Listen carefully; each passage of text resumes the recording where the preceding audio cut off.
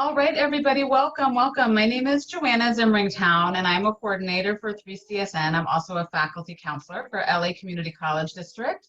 And I am very happy to say that for our session today, we have some guest speakers, Phyllis and Kimberly, and I'm going to let them introduce themselves. I'll be in the background managing the chat. You guys are all on mute, and you can't take yourselves off mute. But if you have any questions, feel free to type them in the chat. I'll do my best to answer them, but I am not an expert on this, which is why we brought in some guest speakers. So if I'm not able to answer your questions, we'll have some question and answer periods with Kimberly and Phyllis throughout the session. We would like to ask you all, as you're coming in, to please type in your name, your email address, and your college in the chat. We use this as our sign-in sheet. If you're uncomfortable sharing that publicly, feel free to chat privately just to me, the host, and then I would be the only one that would see that. It's up to you. So I'm now going to turn it over to Kimberly and Phyllis and let them take it away. Hello, my name is Phyllis Braxton. I'm a counselor at Los Angeles Trade Technical College. I also work with 3CSN and our district in helping with guided pathways coordination. Kimberly? Hi everyone, my name is Kimberly Wicker. I'm also a counselor at LA Trade Tech College, and I've been using Cranium Cafe for about 2 years now, so I'm excited to show you some of the exciting features in the Cranium classroom. So what's going to happen today is that Kimberly and I are going to kind of split this session. And the first part of the session is going to share with you some screenshots and some live action shots of what we do with our different workshops. So I run an asynchronous workshop. And so what that means is that through Canvas, I run a workshop where the interaction doesn't happen at the same time. So students can log in, I can log in later to check in with them. I post all the materials, very much kind of like a fully online asynchronous class. So that's how I run our workshops, and I'll go into detail. And Kimberly, do you want to talk a little bit just about how the structure of your presentation is going to be? Yeah, so I'm going to do mostly a live demo of Cranium Classroom and talk about the different features that you can use. Cranium Classroom is very interactive, so my guest speaker, Phyllis, and fellow guest speaker, has volunteered to help me show some of those, the polling that you can use. You can use that as a quiz, just different things that make the synchronous workshops, or live workshops as I like to call them, interactive for students. Okay, so I'm going to get started. I'm going to, let me see here. We did have a PowerPoint that we were working on, and Kimberly, I'll let you go into your version of it later. But like I said, this is, we want to thank you for joining us today. This is the wayfinding series put on by 3CSN, our network for sharing how we're doing and how we're surviving as colleagues in this COVID-19 crisis. So our specific learning goals for this session is to share these two models for conducting the online workshops and to explore the challenges and opportunities for providing support to students in a virtual manner. And these are some of our community agreements that we do through 3CSN and through this wayfinding series at all of our events. If you could just take a few minutes just to kind of look through these, this is helpful in understanding how we'll interact today.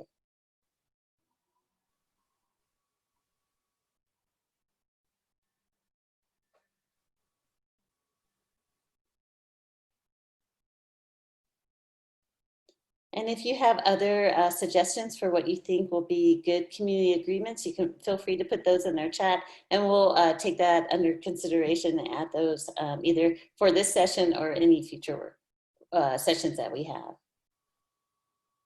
So we felt that we're really looking at student services and how we offer our services through this whole disruption caused by COVID-19. And we found that it's really important to share an overall message that to our students that the college is still here, that we understand what students are experiencing. We understand their financial situations that they've been challenged with. And we want to focus on offering our online services in a new way. So I'm going to start off, I'm just going to show a few slides and then I'm going to demo kind of what I do with my Canvas workshop. So first of all, I'd like to talk about the pros and cons of having Student Services Canvas workshop. The pros, it's really efficient and easy to collect important information and to, especially documentation that you need to collect. So how I use these workshops is that I work with our pre-nursing students and we have a wait list. So we take all students who meet the minimum requirements into our program. So you can imagine for nursing, especially after COVID-19, you can imagine how busy we can get with having to verify the prerequisites to get into the nursing program. So counselors do that.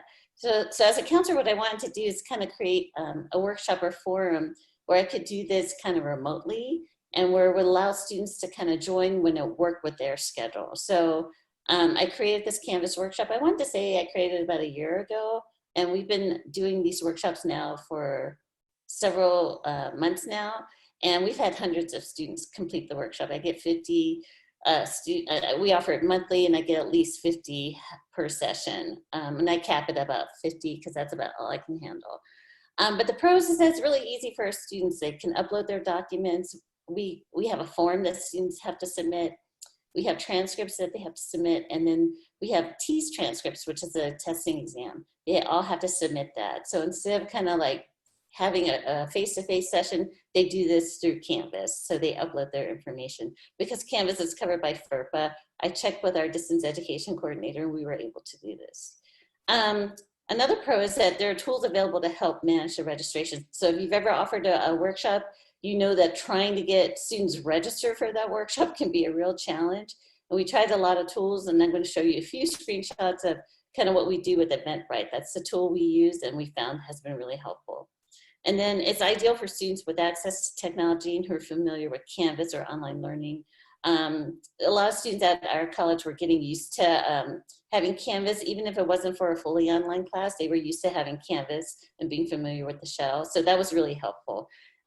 So it was good for those students. It's also good for students who work, who can't always make our in-person workshops. So that was really good. Some of the cons is that for a lot of students, I think it's not as high touch or personal as what it would be to have us be in that physical space, talking with them, giving the workshop, answering their questions on the spot. So for those students who need that kind of interaction, I think I'm going to look at ways to kind of create more of that kind of interaction in my workshops. But for the Canvas workshop, the way it is right now, it's hard to do. It's a bit of a learning curve. I do recommend that people who are going to look at having a Canvas type workshop or maybe a hybrid type of workshop where you have some live, some asynchronous communication, that you invest in taking the time to learn about Canvas. There are a lot of good resources available. And this may not be ideal for students who prefer high-touch support or who lack access to technology tools. So we serve a lot of students who come from communities where they may not have great internet, where they may not have access to these tools. So for them, it would be a challenge to like say that we're going to offer like all of our workshops in this format. So this is just something as another option for students that we thought would be helpful. So one of the important factors in doing a workshop, of course, is getting the space, getting the room, signing students up. So we use Eventbrite for both our in-person and our online workshops. And this has worked really great. It's given us a lot of flexibility in terms of what it can do. It can have automatic start dates, so you can set the time when you want the workshop to start. You can set the time when you want the workshop to end. It can cap the number of students who enroll in your workshop. It's good because we can say, oh, on May 1st, we're opening up the workshop. And with pre-nursing students, if you've ever worked with that student population, they're really on top of it. They really are hungry to start our programs. A lot of our programs are really difficult to get into in terms of time or requirements. So these students are on top of it. So we say, okay, it's going to be open March 1st. They are there online, ready to enroll. So Eventbrite kind of takes the work out of it. We were doing email at one time, and that was just we were not able to manage it. So this helps us manage the registration for both our in-person and our online.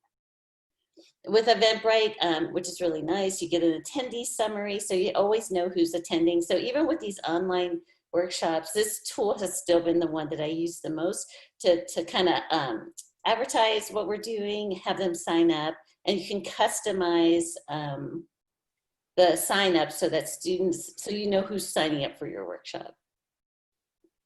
And so what I do is once I get that attendee list from Eventbrite, I go ahead and I enter those students into the Canvas shell. So you would have to, if you're interested in something like this, you would have to work with your distance ed coordinator to create a Canvas shell so that you could and build out your workshop online. So I'm going to show you a little bit.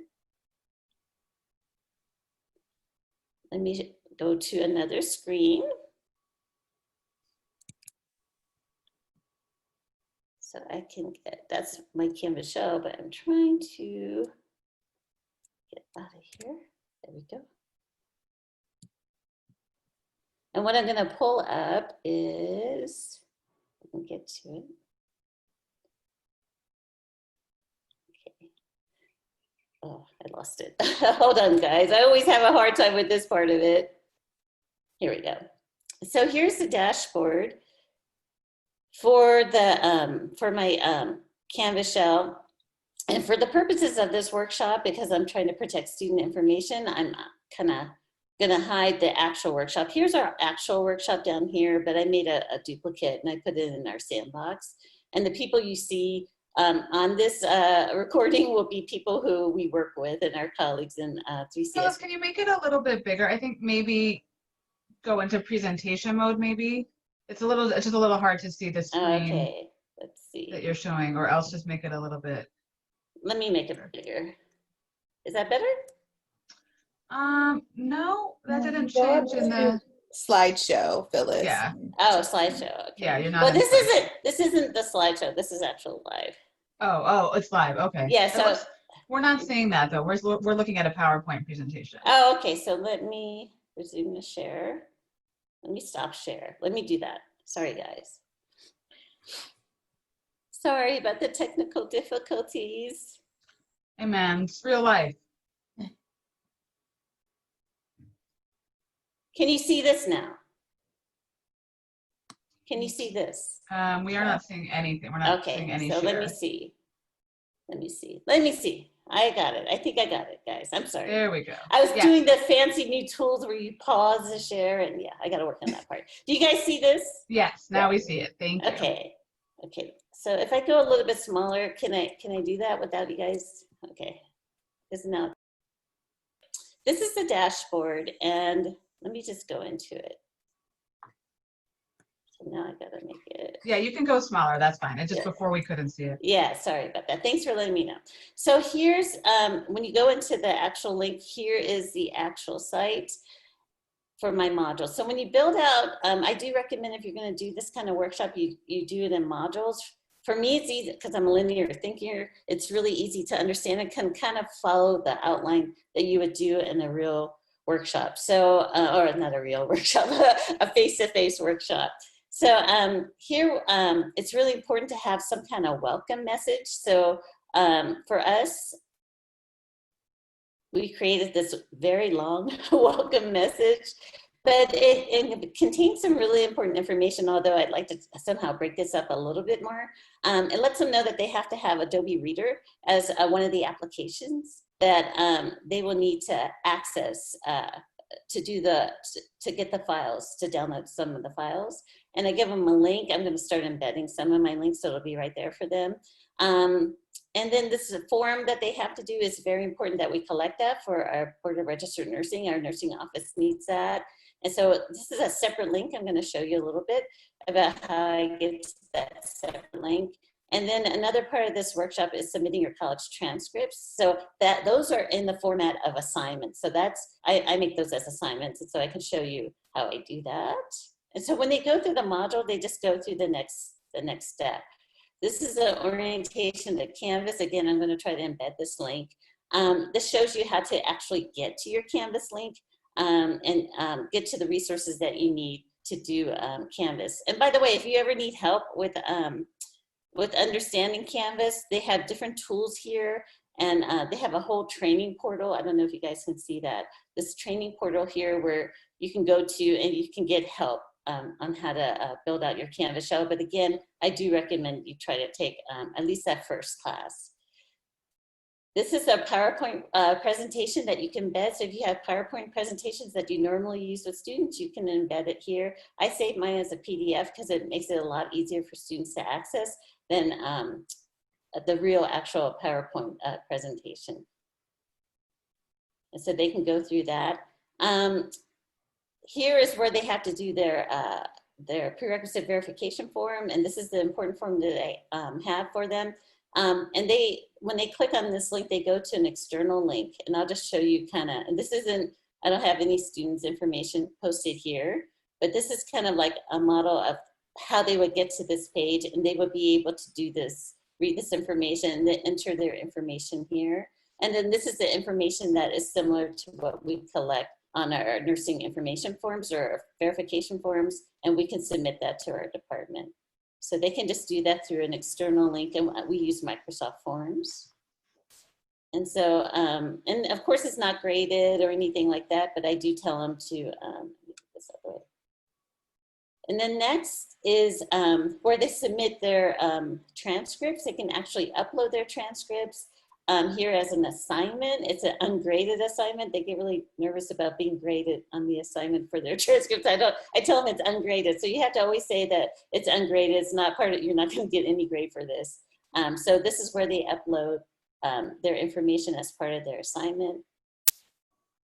And then here is their TEAS test, same thing, I make this an assignment. And then processing the form. So it's really important to tell your students at all points where they are in the process if you're gonna do an asynchronous like Canvas workshop. So I let them know very specifically, okay, here's the due date for when I need all these materials. If you're in this group that you have an incomplete form, this is gonna happen. If you completed your prerequisite verification, and you pass your T's, this is gonna happen. They really, I found that this page actually, even though it's very wordy, they actually needed, they've responded so much better if you tell them step by step what's gonna happen. And what I do too, is I also use announcements quite a bit. So if you go back, I've gone back and this was like some of the very first announcements I made, letting them know, okay, the workshop's begun. Okay, it's about to close. Okay, this is what's happening. Oh, we found this glitch.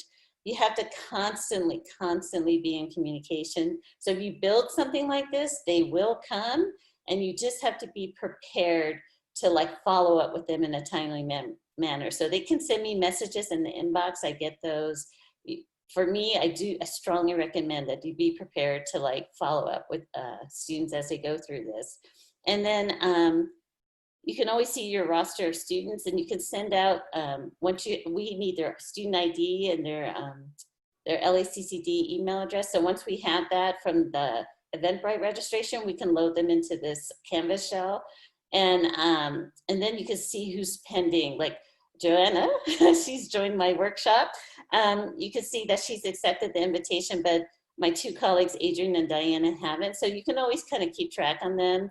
And then you can kind of see what Joanna has done or hasn't done. And so it gives you an idea like what's missing. Okay, Joanna, I got to get you to get me all these documents or whatever. Although I'm better than Diana, and she's on the call, so she's shamed. Shame on you, Diana. You didn't even accept your invitation. So I mean, it keeps you like knowing kind of where students are at any given time. So that feature is actually for me really helpful. Another feature is if you see these little icons and they're hidden, I hid those from the students. And I did that. Let me see if I can get back to my modules, my home. Because you can view this from the student's point of view. And if you see, the student doesn't see all those different files and assignments and all that other fun stuff. They only see kind of what you've made available to them to see. And this has helped me tremendously because students were bypassing the whole module and when I had the files or the assignments showing, and they were going straight to like putting in their transcripts. So this made it really difficult for them to follow along. So I really recommend you always kind of check that the students view, and I embed everything in the module so the students don't really need it. And so Phyllis, we have one quick question before you move on. Can you, before, maybe not right now, but before you leave, can you just go back again and show how you use the Eventbrite registration to then add students into the module, into the shell? Yeah, so Eventbrite, I can just kind of talk about it because unfortunately, Joanna and the rest of my crew didn't do an Eventbrite registration. What happens is it creates it's really kind of easy, and I can show someone offline, but it creates a database with their students, because you can ask whatever you want to ask in an Eventbrite. So it creates like a database, like an Excel worksheet, and it's really nice. So you just take, like if Sue Smith with her ID and her email address, you take that information and you load it into the portal. And then when you hit people, you're gonna enter that student information. So I can enter in the student's information here, and when it comes up, it'll show that's a valid student, and you hit next. And then what happens is that it actually enters that student into the Canvas shell. So once you have that primary identifier, like the student ID or the email, whatever your campus uses to as a primary identifier, once you enter that person into your shell, that person gets added. But you have to make sure you're working with your distance education coordinator to, one, create the shell, and then two, to troubleshoot when students, for whatever reason, even though they have a valid student ID, cannot get into the shell. So that's pretty much kind of how I do my my workshops. The thing I really do stress is to make sure that you follow up with your students. If they have questions, check your inbox I check it 2 or 3 times a day. Do your announcements so students always kind of know what's happening. Otherwise, you'll be inundated with like 50,000 emails about what's going on. So this has really helped me kind of reduce the stress a lot of the students feel just by going through our process.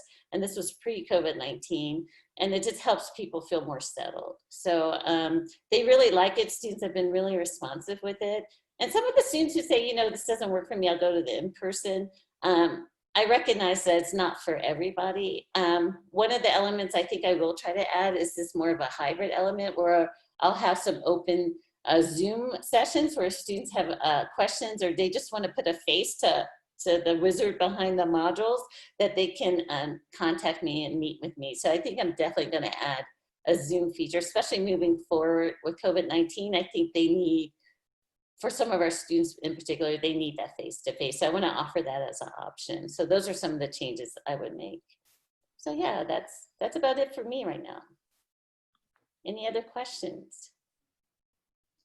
No other questions have come in yet, but I will keep you apprised if they do. So are we moving on to Kimberly? Mm-hmm. Yeah. Okay. Hi again, everyone. So I am going to share my quick PowerPoint. Once I get to my share screen, give me a second.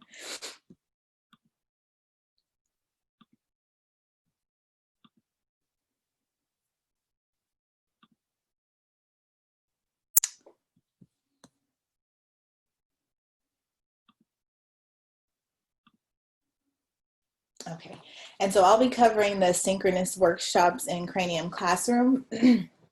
Cranium Classroom can be used for asynchronous workshops as well, if you want to build it and then record it, but I'm going to talk about the actual live workshops that you can have in Cranium Classroom.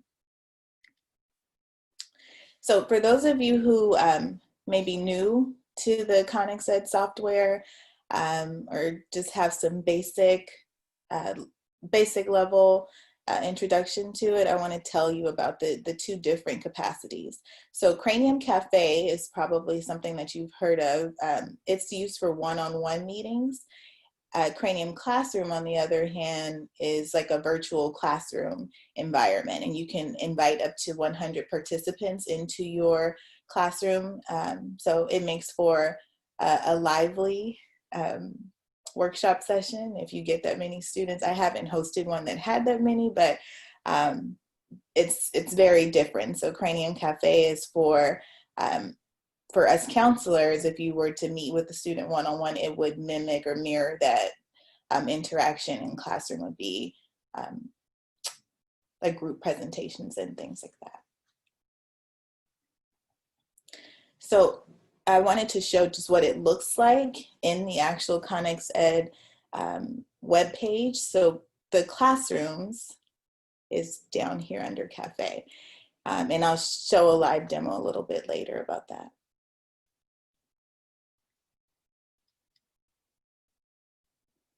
So Cranium Classroom has a lot of interactive features. And for myself, I know a lot of people are partial to Zoom, but I tend to like Cranium Classroom. It has an interactive whiteboard. You can upload documents. You can do a document share and mark up the document and save it, so you can send it to students, which is really cool. It has a raise hand feature, which I know we also have in Zoom. You can chat both public and privately with students. You can utilize breakout groups. So if you have a really large session, or if you're meeting with a class and you want to break the students up into groups, you're able to do that and capture those interactions in the different rooms, and it records all of it if you set that up. And then there's polls. So if you wanted to do things like quiz students during a live workshop, that's something that you can do, and I happen to like that a lot, and Phyllis will help me out demoing that a little bit later. So I wanted to show the main web page on how to actually create a classroom meeting or workshop in Cranium Classroom. This is what the page would look like, and if my technology works, you'll be able to see this. Darn. Hold on a second, let me try it.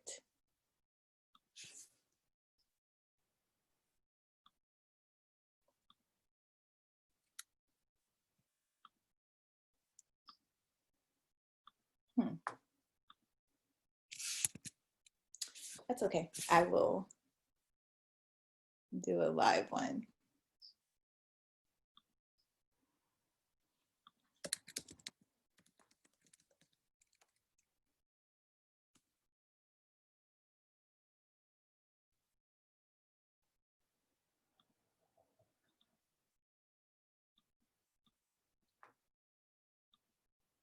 Okay.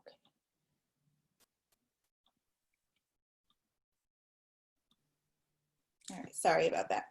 So hopefully you are all seeing my screen here. So again, I just went to classrooms. I clicked on schedule classroom meeting. And so you can select a date. So I'll go with today. Today's the 22nd. And select a time.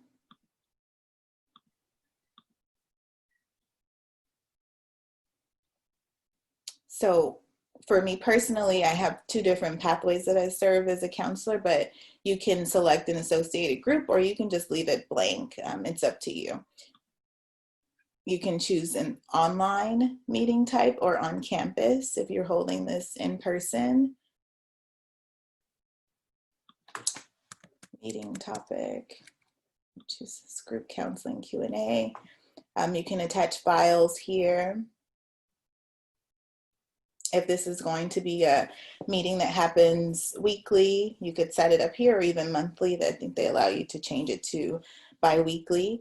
In this area, you can invite guests.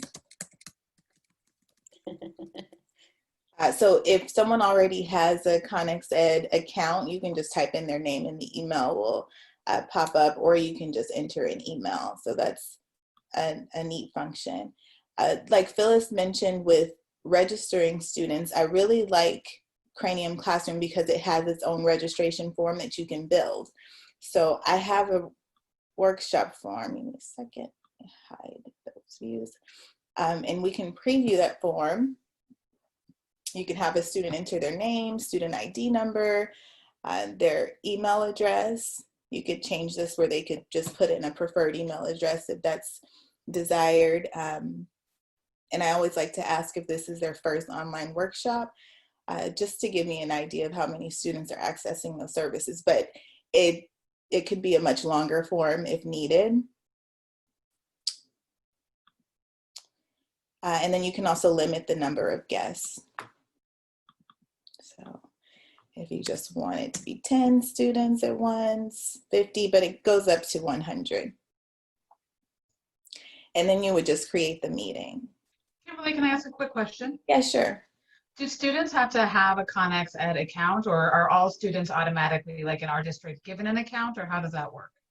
So great question, Joanna, and I was going to mention that later in the presentation. But if a student already has a Canvas account for us in our district, then they automatically have access to ConexEd because we use a single sign-on protocol. But students in other districts, if they haven't, if the district hasn't set that up, they can sign up for a guest account with ConexEd and access it that way. But that's a good question. So that's what setting up the meeting would look like. What I like about the registration form is once you set up a form, you can reuse it over and over again. You could have multiple forms that you use for different types of sessions, and Cranium Cafe or it collects all of the data. So if you wanted to look at a classroom report,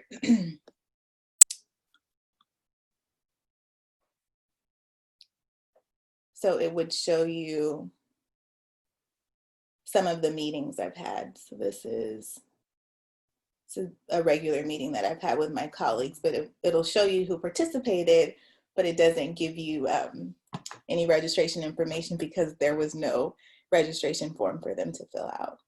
But I just wanted to be sure to show you that. Upcoming classroom meetings. So this will show you anyone who's registered for current or future meetings. And so you'll be able to see who signed up. So I have 2 sessions that are set up for later today and tomorrow. And as of now, I don't have any attendees. So usually when I see this, what I would do is send out a reminder to students so they can go in and register for the workshop.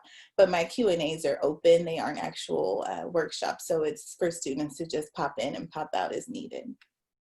Do I have any questions about that? No questions in the chat right now. Okay, great. So now I will show you what it looks like inside of a classroom.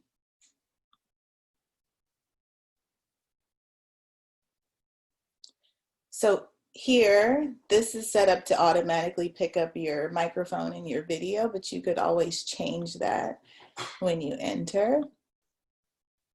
Okay. You can record the meeting. So if you choose to have a meeting recorded because you want to share that either with your colleagues, or if you want to share it to host another workshop and not have to talk over your PowerPoint, that's one option. I always try and record just to capture how my workshops are running. There's the document upload and share. So you'll notice I have a long list of documents that I use for my current counseling sessions. So I actually upload every fact sheet for all of my majors and my pathways, our online counseling workshops, flyer, fillable academic petition. So anything that you would normally use in your day-to-day interactions with students, you can upload here and have it readily available. And if you just want to have specific documents for this meeting, you can upload them here. So that's what that would look like. I talked about polls earlier, and so when I invite Phyllis into my classroom shortly, you'll be able to see how those look to students. Phyllis, you'll have to share your screen so they can see that. And there are whiteboards. So Cranium Classroom automatically captures every whiteboard that you create in a session. And so you'll see that these have tons of whiteboards that I've done over the years. Another really cool feature is the Google Docs. So if you like to use Google Docs, you can actually create a Google Doc offline, copy the URL and bring it in, and you can edit it live in your session. So that's another cool feature if you're familiar with Google Docs and you like that. So for now, let's see here, show you what it looks like to share a document to whiteboard. So you have options here on the right. You can open it, that will open it in a whiteboard. You can share it. This automatically sends it to the chat in the session so students can have access to the form unedited. And then there's delete in case you don't want it in your library of documents. So I'm going to share it. If you need to rename it, you can.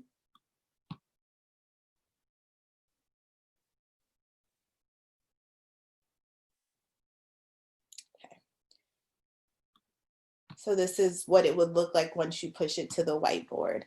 You can unlock this if you want others who are participating in the session to be able to access it and type in information, or leave it locked.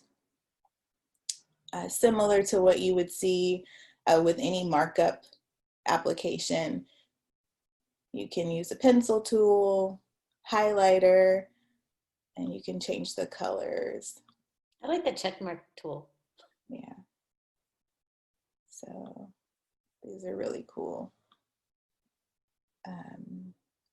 You can make the radio buttons, an arrow tool if you're trying to highlight something in particular. Kimberly, can you share the document with just one student or a few students, or do you share it with the entire class? If you just wanted to share it with one or two students, would you be able to do that? If you would put them in a breakout group, and then you would just share the one document with those 2 students or 5 students. So if you're running a workshop and you want a particular group of students who are transferring to Cal State LA to work on this CSUGE form, you can move them into a breakout group, and then you can post this document just for that group. And then if you want to do the IGETC with another group, if you want to if you want to do role-playing exercises, so yes, if you do the breakouts. If you do it in this session, like I'm doing now, it goes to all students.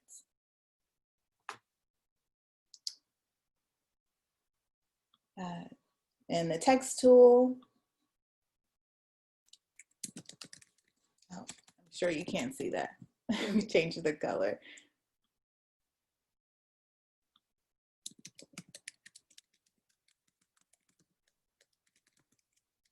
So you can just work with individual students, or if you had a cohort of students like in LACP and everyone took speech over the summer, then you would know that that applies to all students. So they're just different things that you could do in this whiteboard with the document share and markup. The other neat feature is if you wanted students to be able to type in, I could pull in students, and when they pull their pointer over, you'll be able to see their name as they're typing things in, and you can save it that way. So that's really unique, I think. And then whatever's done here, you could save it as a PDF, and then you could share it later in an email, or provide it in the chat if students want to use that. So that's what the document share would look like to the whiteboard. You can also just use a blank whiteboard.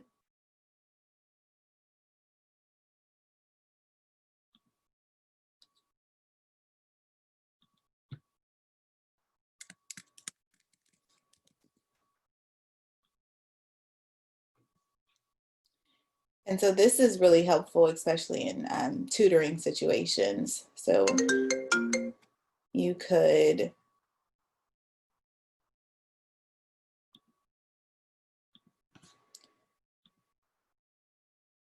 if you have a tutor, they could start with what concept should we cover today, and students can actually go in and type their responses, and then that's how they lead a workshop or tutoring workshop. You could also use this if you're, for us, we do time management workshops in Cranium Classroom, and so we've been able to, pose a question to student, like, tell us what your biggest time drains are. And so students can go in and type that information, and then we can talk about it live. You could even pull students in and have them share. But this is another really cool feature that you could use in Cranium Classroom. Kimberly, we have a few questions. I'm just looking at the time. I want to make sure we get to them. There's Yeah. a few people, or quite a few people, that are interested in the breakouts. I think you're probably going to get there, but I just want to make sure we're going to get there. And then a lot of people are curious as to how students enter the workshop, either as a drop-in or as an invited guest, if you will. Yeah. So I'm not sure if you were planning on getting, but if you could just demonstrate that at some point, that'd be great too. Yeah, it would have been nice to get some emails, and then I could send it out so then everyone could kind of try it out. If I do with just one person, it's not going to have the same effect. But let me answer the very last question that you, or topic that you brought up. So how students enter the classroom. So you can use this direct link to send to students, and they'll be able to click on the link and get in without prior registration. Of course, we want them to register first, but it's okay if they just go directly to the link, and they can just get into the workshop. Because Cranium Cafe only allows 4 moderators at a time, you don't have to worry about the student coming in. They're already muted. You don't have to manually mute anyone. And let me see if I can. What, could you do that for me, Joanna? Maybe give me a couple, if whoever wants to participate, a couple email addresses, and then I can show what that looks like in the classroom. Yeah, I'll add a few of the people that I'll put mine and a few others. I'm gonna put it in the chat to you, Perfect. Kimberly.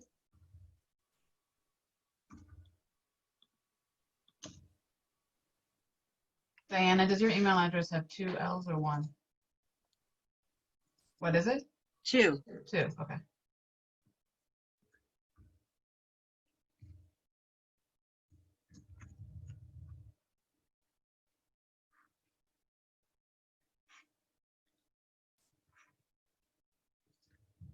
I don't know if I closed the chat or what happened to the Zoom chat, because now I can't see it. Oh, it's because you're sharing your screen. You have Oh, to, perfect.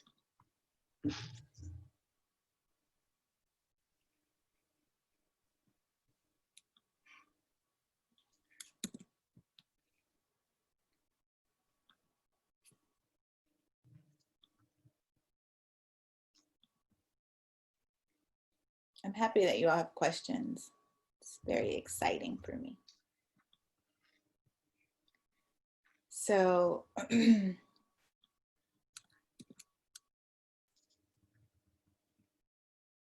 Adrian, I'm gonna use your email address.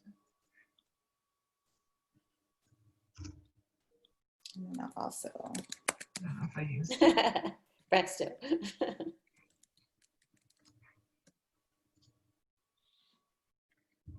or one other person you added, Joanna? Yes, and I actually wrote Diana's incorrectly. So. Oh.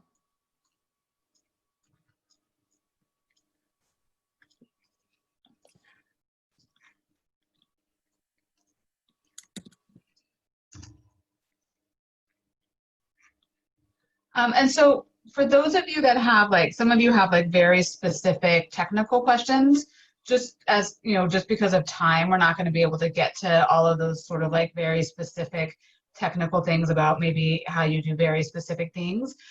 But given the popularity of this session, hopefully we can convince Phyllis and Kimberly to do it again. And perhaps we can convince them to do like a drop-in coaching session as well, which is a great opportunity for folks to just drop in and ask questions about how to use it.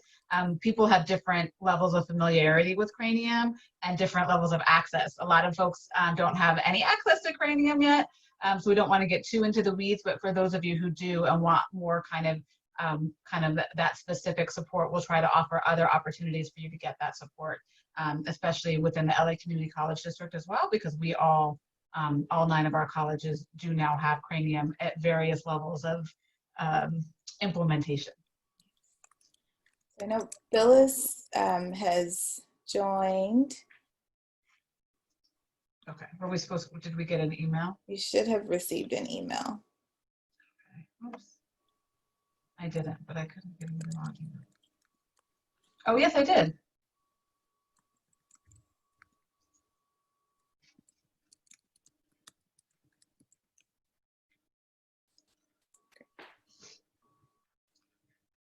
You went to major in child development. You're funny, Phyllis. Oh, great. Okay. So what it would look like. So as students come in, you'll notice here a little red box will pop up. It'll let you know who's joined. You can promote them to moderator status, so then they can actually do things like sharing their screen, providing feedback live. Hi, Phyllis. Hi. So is this how you bring students into the classroom? Because one feature of Cranium Classroom is that you can only have 4 people like on the screen. It's not the Brady Bunch setup like Zoom, right? You can only have 4 people on the screen at once, right? Exactly. So Cranium doesn't, you can have up to 4, and that includes the host. So I still like it. At what point do you want 4 people talking all at the same time? So I think that's a really cool way to facilitate and coordinate workshops and bring people in to provide feedback. So I could pull Phyllis from moderator status. Same with Joanna. If I wanted to send a private message to them, if they stated something in the chat that was inappropriate, I could do that, and it would only go to that particular student. If you were holding like a quiz session and you noticed that they responded to something and you needed to get clarification on what they meant, you could ask them to share their screen, different things. So it has a lot of functionality that I appreciate. You'll see here Joanna has raised her hand, right? So that would be a way for students to come and be pulled into the classroom. So I know that as I'm presenting or talking over my PowerPoint, she has something that she wants to add. So that'll just dismiss it. That doesn't bring her in. You would have to go down to users and pull her in. And then I can ask Joanna, I noticed that you raised your hand. Please, can I answer your question? So that's yes, you're very smart. You can answer my question. So let me show you the breakout rooms. So I would need. Yeah, so that looks like that looks very similar to doing breakout rooms in Zoom. So if you're familiar with that, it's probably very similar. Yeah, and so it can randomly assign if you do automatic, or you can do it manually and choose exactly who you want to have in each breakout room.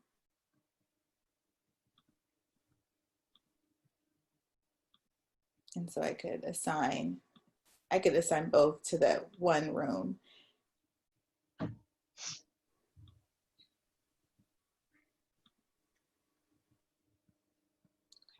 And so then the students would go into their respective rooms and work on whatever it is that you've set up as the assignment. You can send messages to the students. You can join their room to listen in.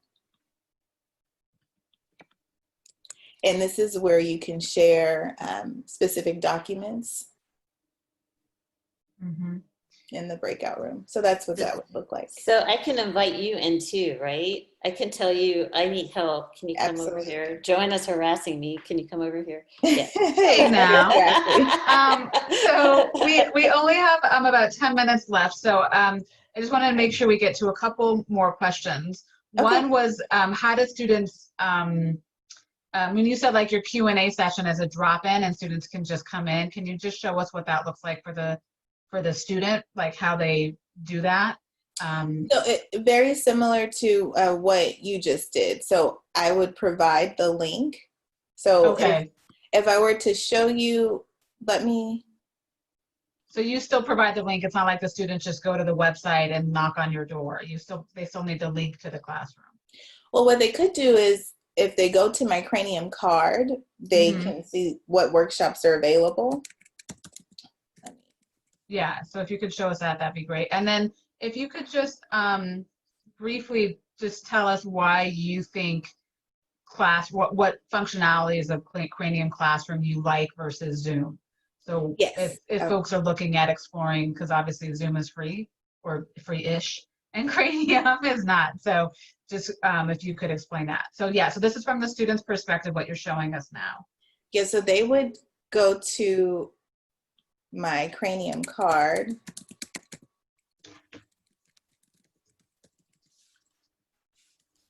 It's just my name at the end. Oh, sorry.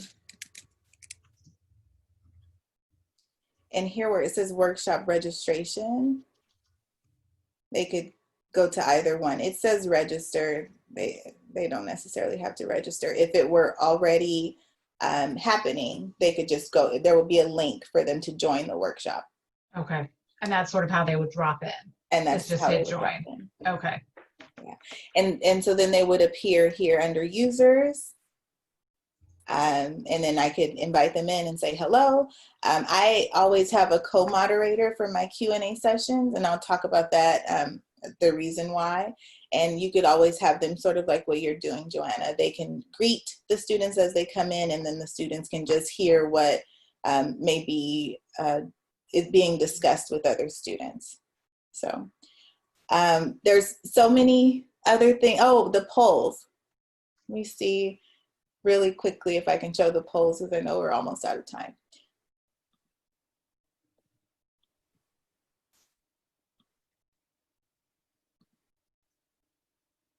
But now I don't have anyone in my classroom.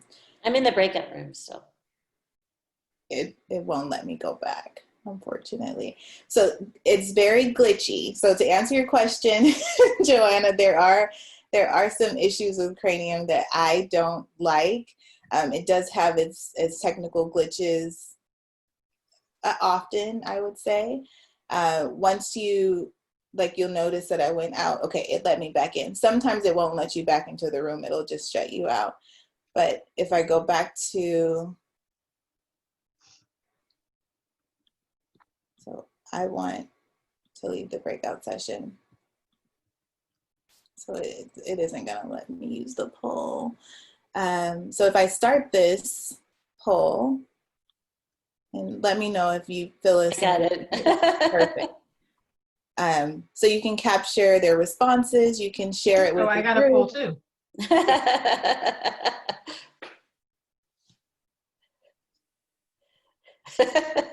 So hopefully you all were able to see that. Just in terms of, let me share this other screen. So, or can everyone see this screen now? My PowerPoint? Yes. Perfect. Oh, the PowerPoint? No, we're looking at something Your live. your live screen. New share. So while you're doing that, Kimberly, I'll just answer. So it is not free as far as I know. There is somebody who wrote that in the chat. But the Chancellor's Office did create a master contract with Connex Ed if you wanted to bring Cranium to your campus. One thing is I will mention is it does require a lot of sort of back end work and training. It's not as quick to set up. It's not like a quick fix Zoom, but it does have some things that Kimberly's going to go over quickly right now that may make it a better long-term option if you're looking at thinking about being online through the fall, or even just offering online counseling as an ongoing option to students even once we're back in person post-COVID. So it's a better sort of long-term solution that has a lot of things that Zoom doesn't, but it's not a quick fix. Agreed. So this is just my side-by-side of Cranium versus Zoom. So Cranium does require a login, whether that's guest or if your campus uses a single sign-on option, whereas Zoom has its ease of use, right? That's why everyone, including private corporations who are doing this kind of work, that's why they like it. Both can synchronize with your campus LMS, which is great. They both have a screen doc and share, the public and private chat. They both have a record option. Zoom has an archive, like I said earlier, that you could always tap into if needed. In the classroom for Cranium, you can use the registration option, and they also provide a usage report. And I know that in Zoom, they do a limited version of that because they can't track as much information as the Cranium classroom would, like a student's ID number, first and last name, and email address. Drawbacks of the Cranium classroom: the technical glitches, the limit on the number of moderators at once. It's still a fairly new company, so I feel like they're still maximizing and optimizing the functionalities. And as Joanna mentioned, that there's a lot of back-end work for them to tailor it to the particular type of work that you do. So that's one issue. And then there's that learning curve for new users.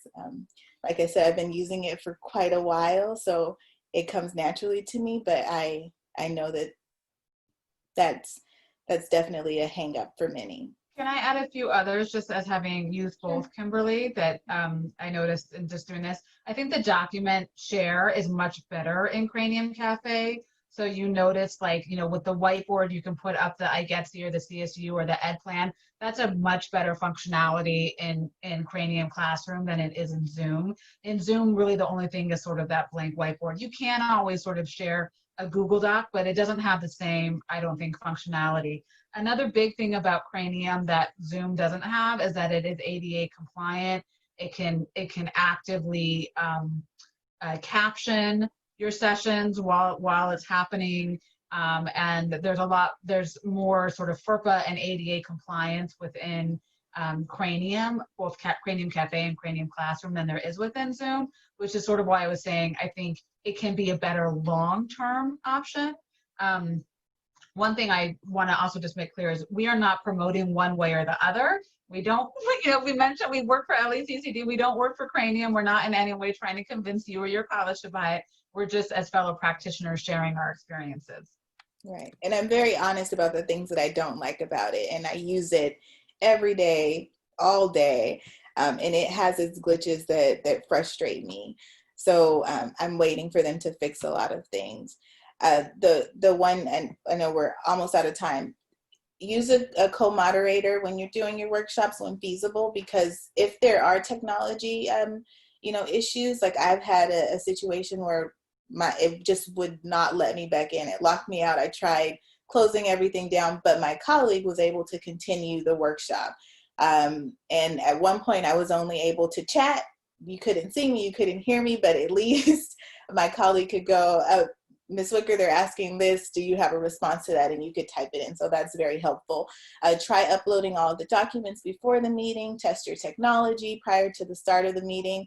That's something that you also want to relay to your students. So once you have registrations, you can send out an email just saying, please make sure that your technology is working. Here's a link to do so. And then mute your email and phone alerts because that tends to be an issue with Cranium Classroom. It does not block out, like Zoom, I noticed it blocks out the alerts for your email, but that doesn't happen with Cranium. So you'll have that distraction as you're trying to lead your workshop. But I hope that it was very helpful for you all, and there's a lot of fun things, and I'm happy to share what I know. Thank you so much, both Phyllis and Kimberly, for sharing this. Thank you. We got a lot of requests to repeat, so we'll definitely try to convince Phyllis and Kimberly to come back again and repeat. And also, we got some requests to do some one-on-one, to do a session about a Cranium Cafe, one-on-one counseling, which we can definitely take to our 3CSN leadership. And we got some requests for maybe like just drop-in coaching around online counseling and online workshops. So we'll explore all those options. Yep. We'll keep you posted. If you have any questions, you can contact us at ask@3csn.org. I'm putting that in the chat, very easy. There will be a recording available. It takes our staff a little bit of time to get that up and running, but it will be on our 3CSN website, hopefully within a few days. Also, please look out for an email from events@3csn.org with a survey just about our sessions in general, our wayfinding series in general, and that helps us communicate to the Chancellor's office that what we're doing is helpful to the field. So it would be really great if you could take that survey if you get that email. So I want to thank Phyllis and Kimberly so much, our guest speakers. Thank you so much for being with us today. We had a huge number of participants, so I definitely think that there's a demand for this, a need for this, and so we'll definitely consider hosting either this exact thing again or various other options about it again. So thank you all so much for joining us. It's exactly 11 o'clock, so we're going to sign off. We wish you a great day and lots of energy as you continue to stare at your computer all day. Thanks, everyone. Thanks, everybody. Have a good day. Bye. Stay safe. And hi to Mission College Counseling. Many of you are here. Yay.